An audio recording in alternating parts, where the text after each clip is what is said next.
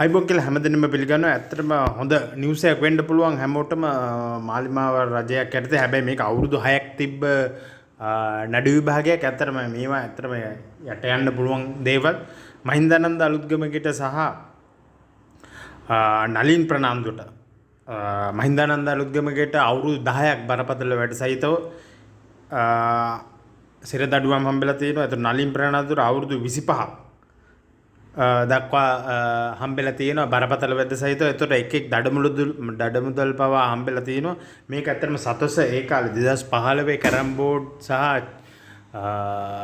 Carrom board ගෙනල්ලා මුළු රජයට ලොකු පාඩුවක්. ඒකලා මතන්න කෝටි 5කට ආසන්නව පාඩුවක් කරලා තියෙනවා. ඒක නිසා තමයි මේක මේ වෙලා තියෙන්නේ.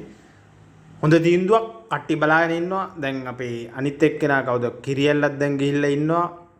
දැන් එතකොට මේක ඇත්තටම අල්ලස්සා කොමිෂන් ඒකෙන් තමයි නඩුව දාන්නේ. දැන් විත්තිකරු දැන් යන්න ඉන්නේ මේ වැලිකඩට.